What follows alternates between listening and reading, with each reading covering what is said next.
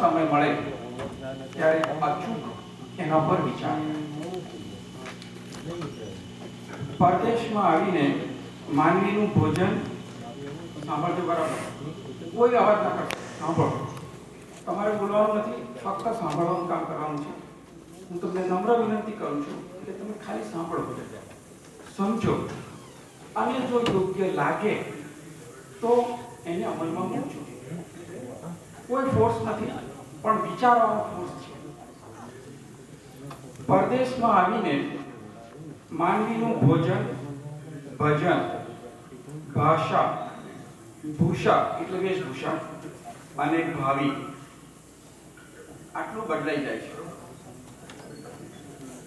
ઈર્ષ્યા, તૃષ્ણા, અસંતોષ, ધન ભૂખ અને લાલચ, આટલી 20 કન્યાઓ,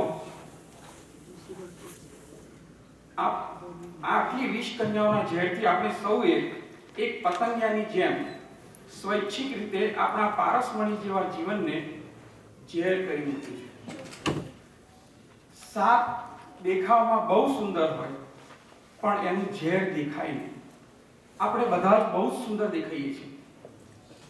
કેટલા સુંદર દેખાઈએ છીએ એ જ્યારે ઇન્ડિયા જઈએ ને વટ મારીએ ત્યારે ખબર પડે. 4 જણ સલામ મારતું હોય, આપણે પાત્ર હોઈએ કે ના હોઈએ, પણ 4 જણ સલામ મારતું હોય તો આપણે કેટલા સુંદર છીએ ખબર પડે. પણ આપણી અંદર જે ઝેર ભર્યું છે એ આપણને ખબર છે.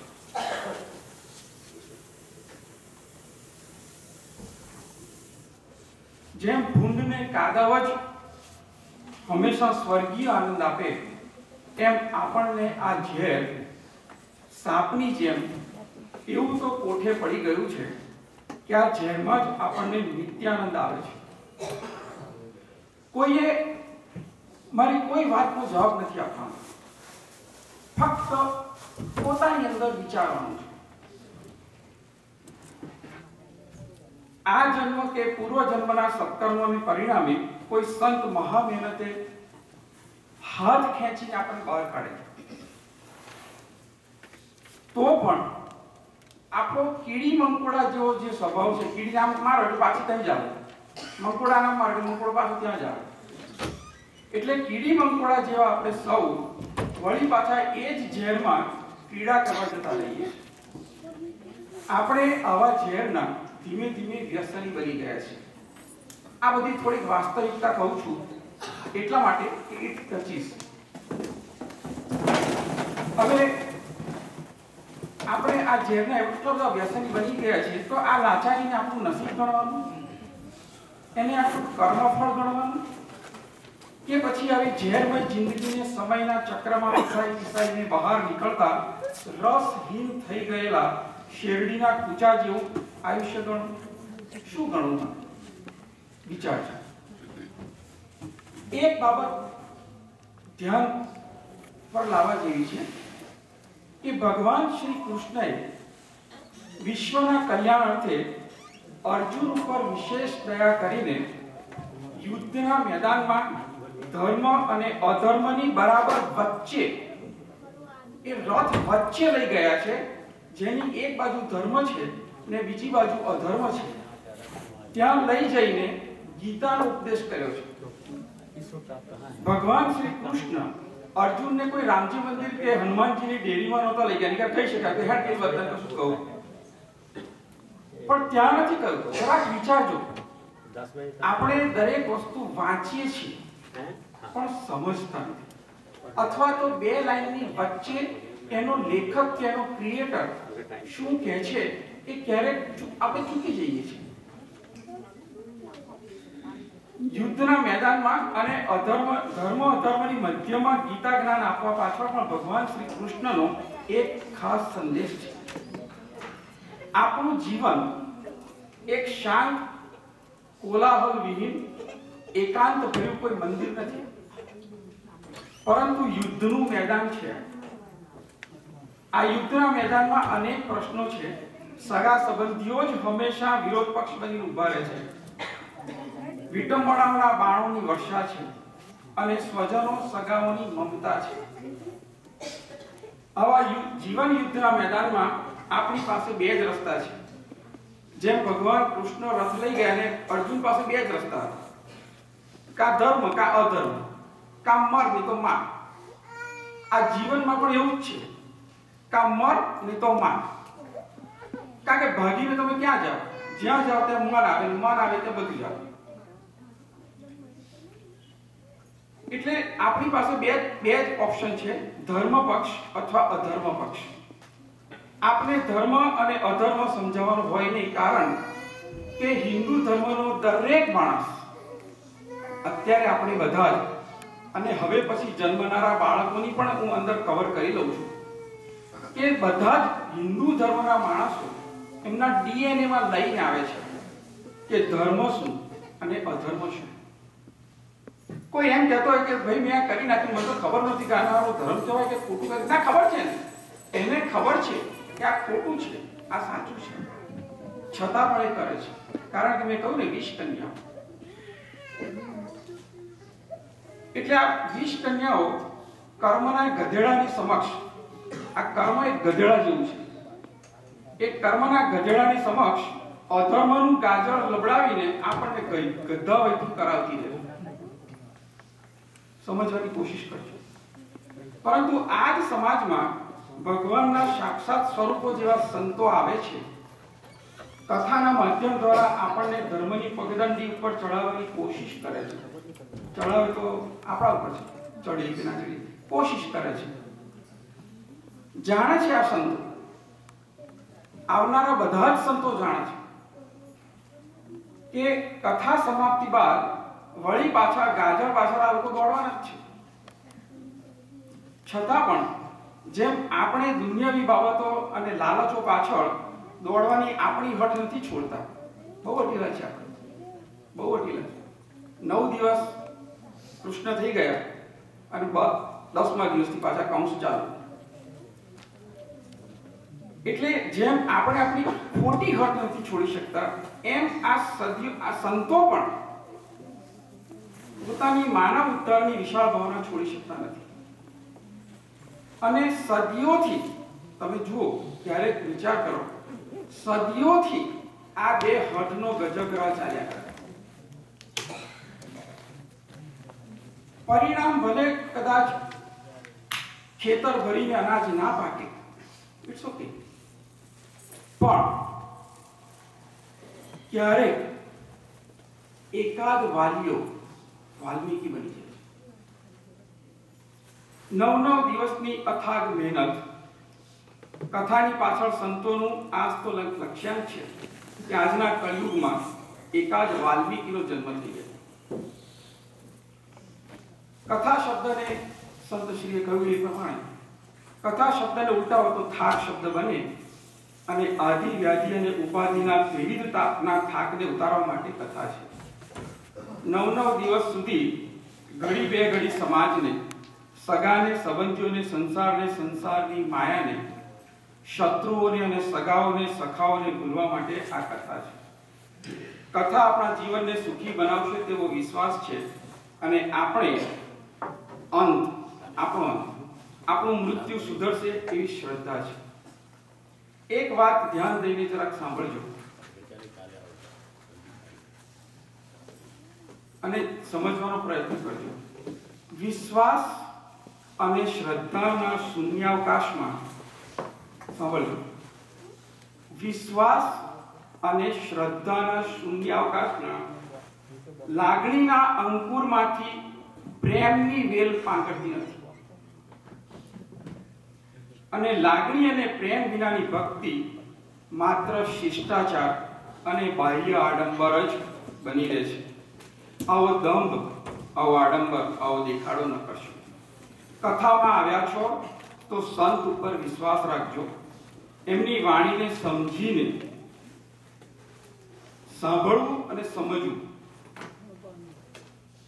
વાણીને સમજીને શ્રદ્ધાપૂર્વક જીવનમાં અમલમાં મૂકવાનો સભાન પ્રયત્ન કરજો. 9 દિવસ સુધી તમે આપેલા તમારા સમયનો ભોગ, સાંભળજો, 9 દિવસ સુધી તમે આપેલા તમારા સમયનો ભોગ એ સમયનો બગાડ નથી. પરંતુ દુનિયામાં સૌથી ઊંચામાં ઊંચું સંતોષ અને શાંતિ અને મોક્ષનું વ્યાજ આપતું એક બહુ મોટું રોકાણ છે. હવે તમારા આ 9 દિવસના સમયને બગાડ ગણવો કે ઇન્વેસ્ટમેન્ટ ગણવું તમારો નિર્ણય છે. દુનિયા અને દુનિયાદારીથી થાકેલી આપણી ભારેખમ છાતીને હળવી બનાવવા માટે પ્રભુએ આપણને આંસુની ભેટ આપી છે. બહુ મોટી વસ્તુ છે, બહુ મોટી વસ્તુ છે. બાળકને મારીને રડાવવામાં આવે, પતિ ગુજરી જાય તો પત્નીને, અથવા પત્ની ગુજરી જાય તો પતિને મારી ગમે તે રીતે પણ by hook or crook, front door or back door રડાવવામાં આવે. આંસુ એ કુદરતની મોટામાં મોટી ભેટ છે માણસને. હળવો ફૂલ થઈ ધ્યાનથી સાંભળજો. પિતાની આંખોમાં જીવન દરમિયાન માત્ર 2 જ વખત આંસુ આવે છે. દીકરીને વળાવતી વખતે અને દીકરો તરછોડે ત્યારે. એવું કહેવાય છે કે જ્યારે આમ પુરુષ સામાન્ય રીતે તો રડે નહીં, પણ એવું કહેવાય છે કે પુરુષ જ્યારે રડે ત્યારે ધરતી ઉપરનો એક પર્વત ફાટી જાય.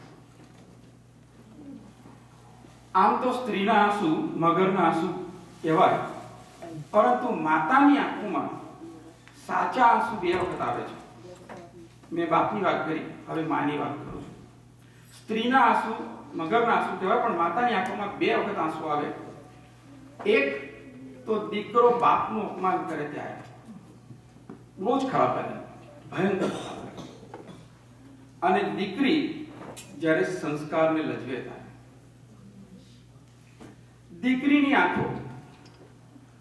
દીકરીની આંખો સાચા હૃદયથી 2 વખત ભીની થાય છે. મા બાપનું કહ્યું ન માનીને પછી પસ્તાવાના દિવસો આવે ત્યારે, અને એના બાપની આંખમાં આંસુ આવતા. દીકરાની આંખો 2 વખત હૃદયના આંસુ સારે છે. જગતમાં કોઈની પણ ઉપર મૂકેલો ભરોસો, વિશ્વાસ જ્યારે ભયંકર રીતે ભંગ થાય ત્યારે, અને પોતાની હઠને લીધે વિખરાઈ ગયેલા કુટુંબને યાદ કરીને પસ્તાય ત્યારે, તમારા આંસુ જગતના કોઈ પણ માનવી પાસે પાડશો નહીં. જગતના કોઈ પણ માનવી પાસે તમારા આંસુને લૂછવાનો મમતા ભર્યો ભાવ નથી. એ તો તમાશો બનાવશે. આજે તમને સારું લગાડવા તમે એની પાસે આંસુ સારશો, તે તમને સારું લગાડવા કદાચ સારું શબ્દ બોલશે, પણ તરત જ બીજે જઈને કહેશે કે પેલો તો આમ રડતો હતો, પેલા તો આમ, પેલા તો તેમ. તમારા દુઃખને, તમારા આંસુને ઈશ્વર પાસે જગ્યા બતાવું છું. એક ઈશ્વર પાસે, એક સંત પાસે અને કથામાં. અહીં વ્યવહાર તો તમારા આંસુ જે તમને સાચી શાંતિ આપશે. કથા આંસુ લૂછવા માટે છે. આ કથાનો હું તમને એટલા માટે સમજાવું છું કે અહીં બેઠેલા ઘણા બધા મારા મોટા ભાઈને વાત કરતા કદાચ એટલી બધી કથાઓ આપણે સાંભળી નાખી હશે, પણ એ સાંભળીને નાખી દીધી. બહુ સાંભળી નાખી, ફલાણા સાંભળી નાખ્યા, આપણે નાખી દઈએ છીએ. મહત્વનું એ છે કે આપણે કથામાં બેસીએ, એ મહત્વનું નથી, બિલકુલ મહત્વનું નથી. પણ કથા આપણામાં બેસવી જોઈએ. કથા આપણામાં તો બેસતી જ નથી, ત્યાં પ્રશ્ન થાય છે. આપણે આપણી જિંદગીના બધા વર્ષોના રોજનો દર વર્ષના 365, એટલે કે તમે ઉંમરને ગણી કાઢો, અને 365 માંથી ધારો કે ફક્ત 200 દિવસ તમે મંદિર ગયા હો તો એ ગણી કાઢો, તો આપણે ભગવાનને કેટલી બધી વખત દેખ્યા. પણ મજબૂરી જુઓ, ભગવાને આપણને એક કહેવાના છે, આપણે લાયક બનવાનું છે. કથા હૃદયની શાંતિ માટે છે. જિંદગીમાં આપણે બહુ દોડ્યા, કેનેડામાં ખાસ, કુટુંબ પાછળ, મા બાપ પાછળ, ભાઈ બહેનો પાછળ, સગા સંબંધીઓ પાછળ, માન કીર્તિ, સત્તા, ડોલર, મોહ માયા મમતા પાછળ, છોકરા બહુ પાછળ, છોકરી જમાઈ પાછળ, પૌત્રો પૌત્રીઓ પાછળ, સુખ અને સાહેબી પાછળ બહુ દોડ્યા. અહીં બેઠેલા મોટા ભાગના જિંદગીના લગભગ પૂછડાના ભાગમાં આવી ગયા છે મારા સહિત. આપણે જિંદગીના પૂછડાના ભાગમાં આવી ગયા છે. આખી જિંદગી હોય તો આપણે અહીંયા છે છેક પાછળ પૂછડામાં આવી ગયા છે આપણે. ત્યારે હવે ચર્મચક્ષુઓને છોડીને આંતરચક્ષુઓને ખોલવાની જરૂર છે, બહુ જરૂર છે. તમે તમારા કર્મોથી ભલે સમાજમાં સમાઈ જાઓ, છવાઈ જાઓ, પરંતુ હવે આ ઉંમર છે કે જ્યારે સમાજને તમારામાં ના સમાવા દેશો. તમે દુનિયામાં અને દુનિયાદારીમાં મમતા, મોહ, માયા અને મમદ મમત્વ હવે રાખશો નહીં. અહીં જે નવયુવાન છે એના માટે પણ કંઈક કહેવાનું છે. તમે તો જિંદગીની શરૂઆતમાં અથવા તો બિલકુલ મધ્યના ભાગમાં છો. તેઓ પણ વડીલો અને સંતોની વાત ઉપર વિચાર કરે, સમજે, સ્વીકારે. વડીલો અને સંતો જો આપણને જીવંત ઇલેક્ટ્રિક વાયરનો વાયર બતાવીને કહે કે આને ન અડકાય, અથવા તો અગાઉથી કોઈ ખાડા ટેકરાનું કે ઠોકરનું જ્ઞાન આપે તો તે વિચાર યોગ્ય હોય છે. વર્ષોના અનુભવથી મળેલું જ્ઞાન તમને ક્ષણભરમાં મળે છે. આપણે છેક માર્કમ એલ્સમેર કંઈક ફરીને આવ્યા એ પછી આપણે કઈ ભાઈ જતો નહીં, ભાઈ તો ખાડા વગર ખોદ્યા છે. આપણને જઈને આવતા કેટલી વાર લાગી? 4 કલાક થયા અને 1 મિનિટમાં આપણે કહી દીધું કે તઈ જતો નહીં, ભાઈ તે તો ખાડા ખોદ્યા. પેલાના 4 કલાક બચી ગયા. મારું કહેવાનું તાત્પર્ય એ છે કે 1 મિનિટમાં મળેલા જ્ઞાનનું મૂલ્ય હોય છે. એને નિર્મૂલ્ય સમજવાની જરૂર નથી. નાની ઉંમરવાળાએ મોટાઓને ધ્યાન આપવાનું હોય કે એ લોકો શું કહે છે. એવું જરૂરી નથી કે વડીલો કહે એ નાનાએ કરવું જ નહીં, પણ એટલીસ્ટ ગીવ એ થોટ, એક વિચાર આપો એને. અને એ જ નિચોડ આપણને સંતો સુપાત્ર બનીને 9 દિવસ પરમ કૃપા કરીને કહે છે. કારણ કે એ લોકો જે કહે છે એ વર્ષોનો, સદીઓનો નિચોડ. આજે રામાયણ મહાભારત સદીઓનો નિચોડ છે. આપણને જરીક વારમાં મળી જાય છે એટલે કદાચ એટલી બધી કિંમત નથી લાગતી, પણ જેને 12 વર્ષે બાબો આવે ને ત્યારે બાબાની કિંમત સમજાય. હવે એક બીજી વાત પણ ખાસ તમને કરવાની છે. શ્રી સુક્તમ ખબર નહીં કેટલાય એનું નામ સાંભળ્યું છે કે નથી સાંભળ્યું. શ્રી સુક્તમ એ આપણો પવિત્ર ગ્રંથ છે. અહીં બેઠેલા બધા જ મારી સહિત, હું જ્યારે પણ બધાનું નામ ને એટલે મને ગણિત લેવાનું હતું. શ્રી સુક્તમ એ આપણો પવિત્ર ગ્રંથ છે. સાંભળજો. પ્રાચીન ઋષિઓ ઈશ્વર પાસે અનેક પ્રકારની લક્ષ્મીની માંગણી કરે છે. શ્રી એટલે લક્ષ્મી, સુક્તમ સૂત્રો. આ લક્ષ્મીનો ગ્રંથ છે અને તેનો જે પ્રકારની લક્ષ્મી ઋષિઓએ માંગી એનો એમાં ચિતાર આપેલો છે, સવિસ્તાર. એક વખત જરૂરથી વાંચજો. આ ગ્રંથ પૂજ્ય શ્રી આઠવલે દાદા લેખિત ગુજરાતી અનુવાદ પણ મળે છે, મેં વાંચ્યો છે. કદાચ આપણી લાઇબ્રેરીમાં પણ અહીંયા છે. તો એક વખત જરૂરથી વાંચજો. તમને ખબર પડશે કે જેની પાછળ તમે આંખે પાટા બાંધીને દોડો છો એ ડોલર શું છે એ એમાં આપ્યું છે. ઋષિઓએ આપ્યું છે કે લક્ષ્મી કેવી હોવી જોઈએ અને કેવી રીતે આવે અને કેવી રીતે રહે. લક્ષ્મી મેળવવાના, વાપરવાના, સાચવવાના અને એના કૃપાપાત્ર થઈને પેઢીઓ સુધી રાખી મૂકવાના સચોટ ઉપાયો એમાં છે. આજના આપણા જીવનને એ લાગુ પડતું હોય. આજે એમાંથી કેટલીક વાતો હું તમને કહું છું. જસ્ટ આઈ એમ ટચિંગ. એ બહુ લાંબો વિષય છે, પણ હું જસ્ટ ટચ કરું છું કે એમાં શું લખ્યું છે જે આપણને અત્યારે લાગુ પડે છે.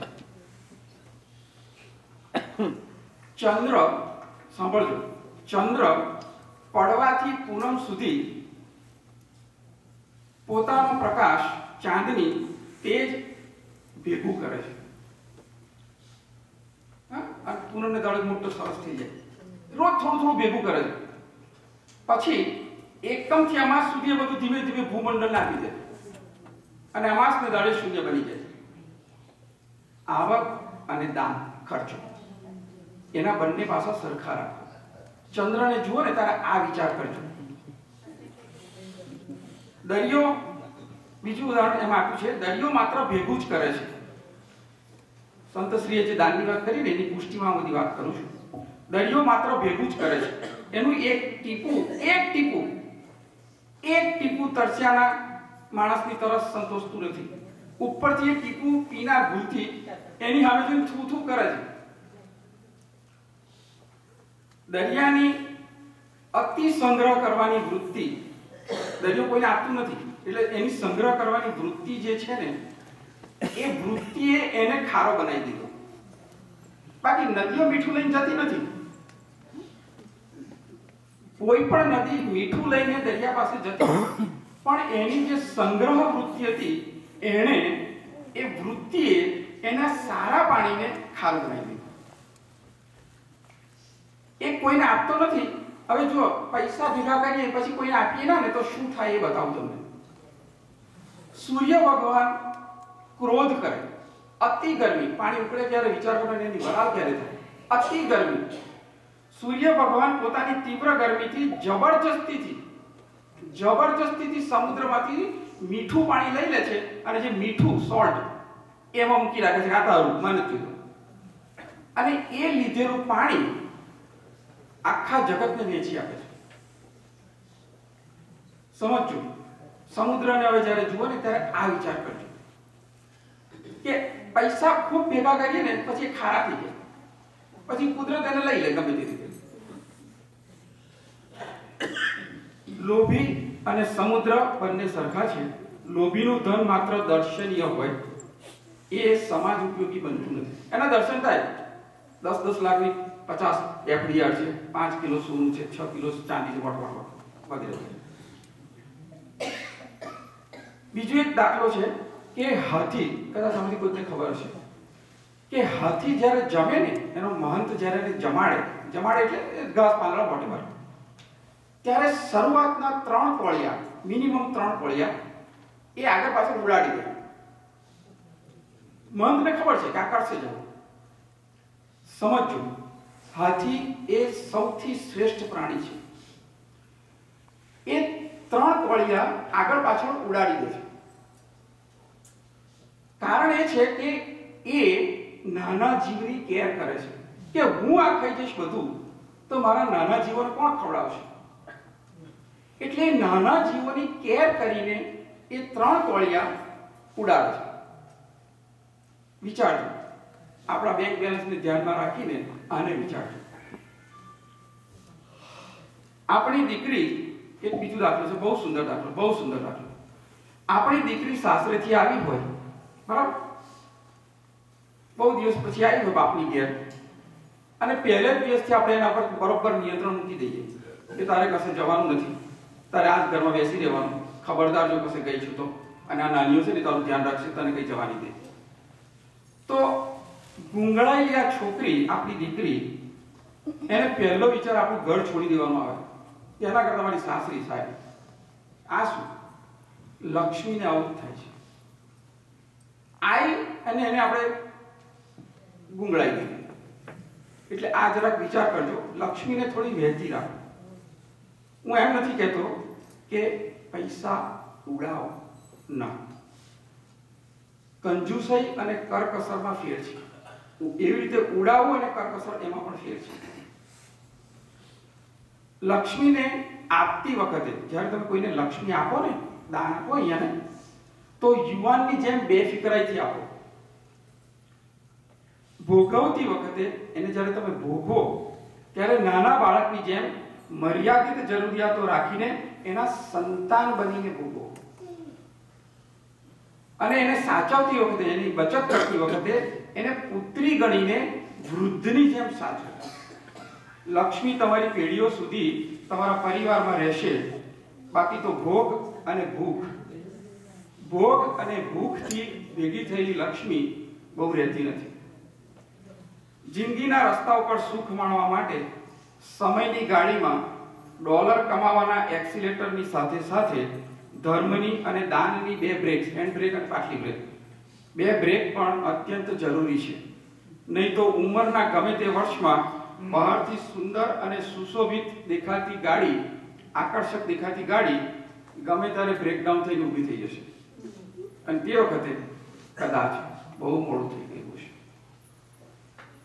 ગીતમાં ભક્તિ મળે, સાંભળજો, ગીતમાં ભક્તિ મળે ને તો એ ભજન થઈ જાય, ભોજનમાં ભક્તિ મળે તો એ પ્રસાદ થઈ જાય, સંસ્કારમાં ભક્તિ મળે તો બાળકો સંતો થઈ જાય, ઘરમાં ભક્તિ મળે તો ઘર મંદિર થઈ જાય, અને પ્રવાસમાં જો ભક્તિ મળે તો એ યાત્રા બની જાય.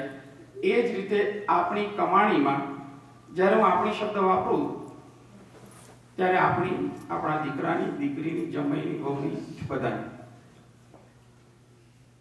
આપણી કમાણીમાં જો ભક્તિ ભળી જાય, ધર્મ ભળી જાય, દાન ભળી જાય થોડું, તો આપણી લક્ષ્મી પવિત્ર સુલક્ષ્મી બની જાય.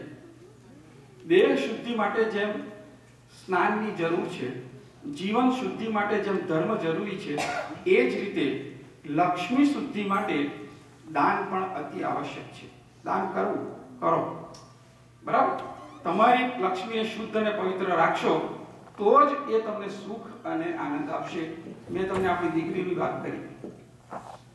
સંતો આપણા ગુજરાતી સમાજની, આપણી જ દીકરીઓને, મા બહેનની સેવા કરવાના ઉચ્ચતમ વિચારોથી છેક ગુજરાતથી અહીં આવીને કથા વાર્તા દ્વારા ધર્મનો પ્રચાર કરીને આપણી સેવા કરે છે. આપણે શા માટે પાછળ રહીએ?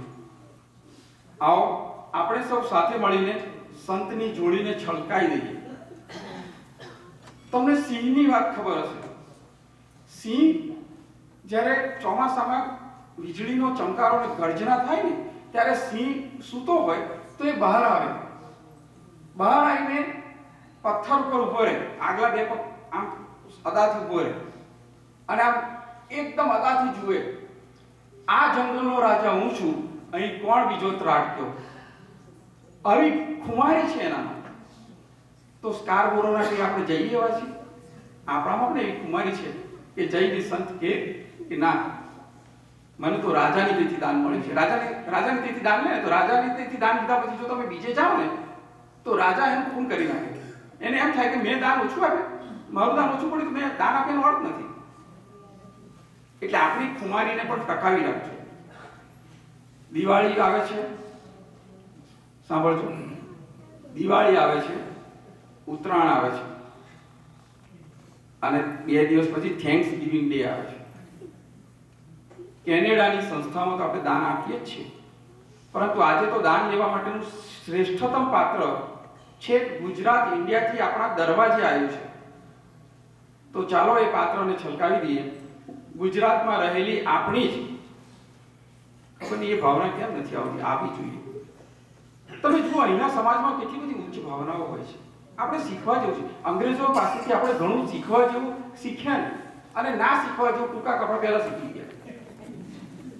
આપણને રાતના 12 વાગે મ્યુઝિક શીખી ગયા, પણ એમની ડિસિપ્લિન, એમની યુનિટી, એમનો નિર્ણય, એમની દીર્ઘ દ્રષ્ટિ, આ બધું શીખવાનું હતું. એનીવે, છેક ગુજરાતથી અહીંયા આવ્યા છે તો ચાલો એમના પાત્રને આપણે છલકાવી દઈએ. ગુજરાતમાં રહેલી આપણી જ ગરીબ, અનાથ, લાચાર દીકરીઓ અને મા બહેનોને આપણે અહીં બેઠા જ મદદ કરીએ. આપણી જાતને, જીવનને, આપણી લક્ષ્મીને પવિત્ર બનાવીએ અને ધન્ય બનીએ. કોઈ પાછીબાની કરશો નહીં. એક વસ્તુ યાદ રાખજો, હું જનરલ એક વાત કરું છું તમને. દાન તો ખરું જ, પણ એ ઉપરાંત પણ એક જનરલ વાત કરું છું જે હંમેશા હું કહેતો આવ્યો છું. મેં મારી બુકમાં પણ લખ્યું છે, મા બાપને છોડશો નહીં, એ બુકમાં પણ મેં લખ્યું છે કે ધ્યાનથી સાંભળજો અને આને કોપી પેસ્ટ કરજો કે તમે તમારી મર્યાદામાં રહીને તમારી ફરજ બહારનું રોજ એક કાર્ય કરો તો ભગવાનને નહીં નમો તો ચાલશે. It's okay. એ બધું જો એવું કર્યા પછી પણ જો પાપ લાગતું હોય તો એ મને આપી દેજો, વાંધો નથી. પણ રોજ એક ફરજ બહારનું કામ કરો અને તમારી મર્યાદામાં રહીને કરો. રોજ કરો એક કામ, એ સેવા છે. સંતની ક્ષણ, સાંભળજો, સંતની ક્ષણ, અન્નનો કણ અને સમયની પળ, આ બગાડનારનું જીવન બગડે છે. પ્રાતઃ સ્મરણીય પરમ પૂજ્ય શ્રી છોટે મુરારી બાપુનો અને આપ સૌ શ્રદ્ધાળુઓનો વધારે સમય ન લેતા સમસ્ત કથાના સારાંશ સ્વરૂપે અને પરમ પૂજ્ય સંત શ્રીની અસીમ કૃપા સ્વરૂપે એટલું જ કહીશ. સાંભળજો, સમાજમાં કોણ અનાથ છે? ધ્યાનથી સાંભળજો, કોણ અનાથ છે અને આપણે એમાં ક્યાં આવીએ છીએ. એટલું જ કહીશ કે પ્રેમાળ પતિ વગરની પત્ની, લાગણીશીલ પત્ની વગરનો પતિ, બાળક વગરની માતા, પિતાના ખભા વગરના સંતાન, ચારિત્ર્ય વગરની સ્ત્રી, આવક વગરનો પુરુષ, દાન વગરની લક્ષ્મી અને ધર્મ વગરનો સમાજ અનાથ છે.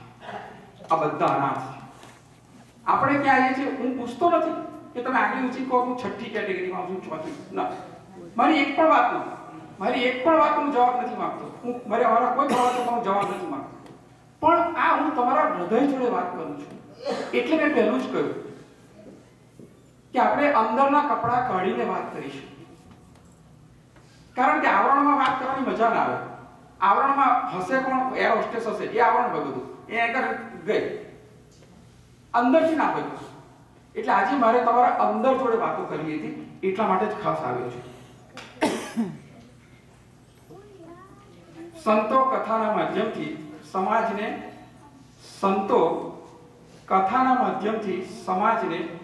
સનાથ બનાવે છે, અનાથમાંથી સનાથ બનાવે છે. માનવ જીવનમાં જો અર્જુનની ભક્તિ હોય, વાસુદેવ શ્રી કૃષ્ણનું જ્ઞાન હોય, મીરાની ભક્તિ હોય, શબરીની શ્રદ્ધા હોય, રામ પરિવારનો પ્રેમ હોય અને અહલ્યાની ધીરજ હોય, તો કુરુક્ષેત્ર જેવું બની ગયેલું માનવ જીવન ધર્મક્ષેત્ર જરૂરથી બની જાય, એમાં કોઈ શંકા નથી. No doubt.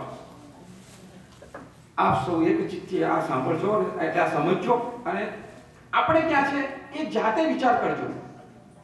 પથારીમાં જ્યારે રોજ સુવા જાઓ, આ મારી એક નમ્ર અપીલ છે, ત્યારે છેલ્લી 10 મિનિટ જરાક વિચાર કરજો કે આજે કોઈનું હૈયું ઠાર્યું કે બાળ્યું, આજે કોઈની પૂથલી કરી કે કોઈને સપોર્ટ કર્યો. આપણે વિચાર કરી લો.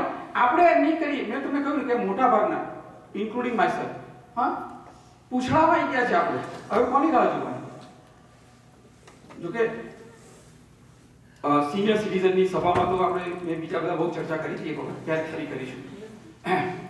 સમયનો અવકાશ આપવા બદલ પરમ પૂજ્ય શ્રી છોટે મુરારી બાપુનો, કથા માટે મંદિરની આટલી સુંદર વ્યવસ્થા આપવા માટે શ્રી રાધાકૃષ્ણ મંદિરના તમામ ટ્રસ્ટીઓ અને શ્રી અને શ્રીમતી શર્માજી પરિવારનો, કથાનો લાભ લેનારા તમામ શ્રોતાઓની નાની મોટી સગવડો અને ખાણીપીણી સાચવવા માટે તમામ દાતાઓ અને સ્વયંસેવકોનો, ટોરોન્ટોના તમામ સમાચાર પત્રો અને મીડિયાનો, આ કથા સાથે સંકળાયેલી તમામ નાની મોટી વ્યક્તિઓનો,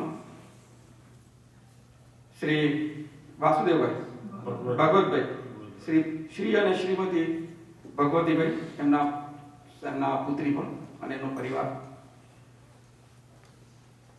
અને પોતાના સનાતન વચનને વફાદાર રહીને અહીં શ્રી રામ કથાના વાતાવરણના અણુમાં હાજર રહેલા સંકટ મોચન શ્રી હનુમાનજી મહારાજનો આપ સૌ વતી અને મારા વતી હું હૃદયપૂર્વક આભાર માનું છું.